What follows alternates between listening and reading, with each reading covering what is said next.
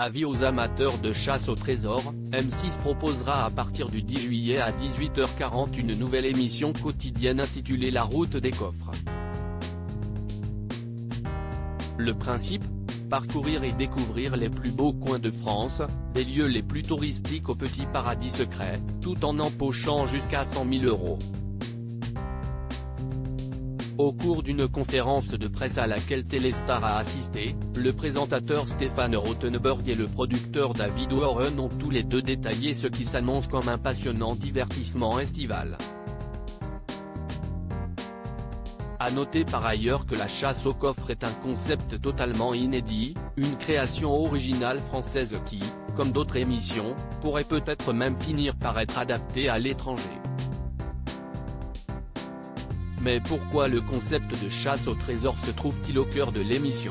Comme l'explique David Warren, on s'est dit que la chasse au trésor, si est quelque chose qui marche chez toutes les générations, si est emblématique, ça existe depuis toujours. Donc on s'est demandé comment faire une chasse au trésor sur M6 en quotidienne.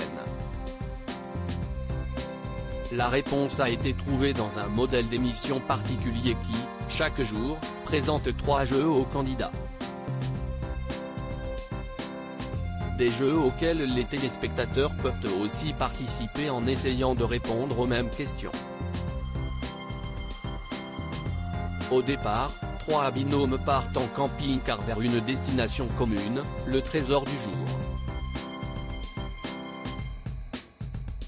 Sur la route, ils ont un premier défi qui consiste à répondre à des questions sur la région dans laquelle ils se trouvent.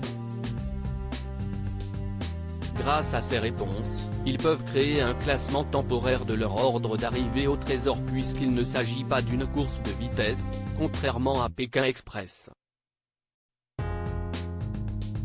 Des personnalités de Top Chef et Pékin Express au casting toujours en route vers le lieu du trésor, les binômes font ensuite une étape pour une deuxième épreuve, le défi local. Là, ils doivent accomplir la mission imposée par Stéphane Rothenberg, qui déterminera leur ordre d'arrivée au trésor. Enfin, quand les 3 binômes seront arrivés sur le lieu du trésor, ils devront relever le défi du coffre du jour.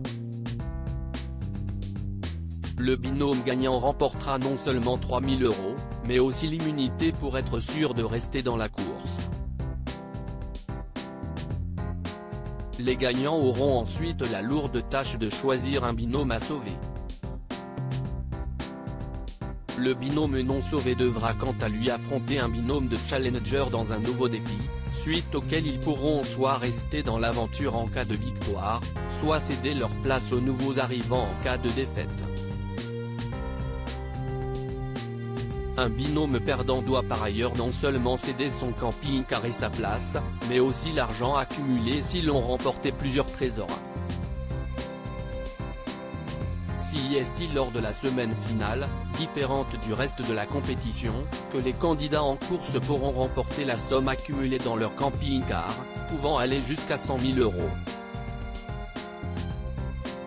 Les maîtres mots de ce nouveau jeu sont donc non seulement la compétition et l'amusement, mais aussi la découverte. Grâce au principe d'itinérance qui va amener les candidats un peu partout en France, la route des coffres propose aux téléspectateurs de mieux apprendre à connaître la France et ses régions, et de rappeler qu'il n'est pas forcément nécessaire d'aller très loin pour trouver des endroits magnifiques. Pour Stéphane Rothenberg, ce jeu à la mécanique du champion fait intervenir plusieurs facteurs qu'il apprécie particulièrement, comme le fait qu'il s'agisse de binômes. Je sais que jouer en binôme, ça apporte très clairement quelque chose dans la dramaturgie, dans les émotions. Si est un ressort formidable, on l'a souvent vu dans Pékin Express. Côté casting, M6 réserve quelques surprises, avec notamment le retour d'un ancien candidat de Pékin Express ou la présence d'un célèbre juré de Top Chef.